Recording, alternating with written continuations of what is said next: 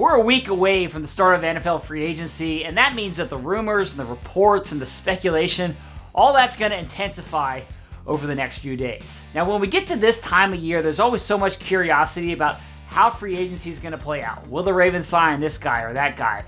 Will the Ravens release any of their current players? Or will they make any trades for anyone who's out there right now? Now, all of that could potentially happen, and we did get some clarification today on what exactly free agency could look like, because the NFL announced that the salary cap, which teams have been waiting for, is going to be $182.5 million this year. That's a decline of 8% from last season. Now, the thing you need to remember during this time of the year is that things are fluid. They're changing rapidly, and General Manager Eric DeCosta talked about that yesterday with a creative analogy to discuss the salary cap. You know, if you think about the salary cap like an ice cream cake, you know, there's only so much to go around, and at some point late at night, if you're hungry, you might eat a big piece of that cake, which leaves less for everybody else. And so, you know, I think it's a work in progress. It just depends. I can't give you a definitive answer because I don't know who's going to be available, who's going to get cut, who wants to come to Baltimore, you know, which of our players want to do long-term deals. These things are very, very fluid.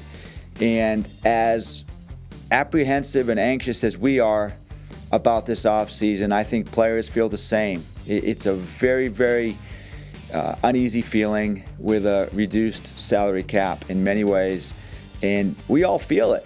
Now, I think a good example of this is how last year's free agency played out. If you remember, the Ravens initially agreed to a contract with defensive lineman Michael Brockers from the Los Angeles Rams, but then that contract fell through because of issues with the physical. Ultimately, Brockers went back to LA, and then the Ravens pivoted.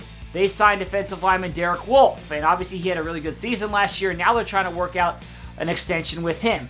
Those are the kinds of things that can happen in free agency. The Ravens can be trying to work out deals with current free agents, and then if those guys decide to go elsewhere, then you need to be quick, you need to be flexible, you need to be nimble, and General Manager Eric DeCosta has proven that he is creative during this time of the year. So we'll see how all of this plays out. And to make sure that you're staying on top of all the latest news and information, download the latest version of our mobile app.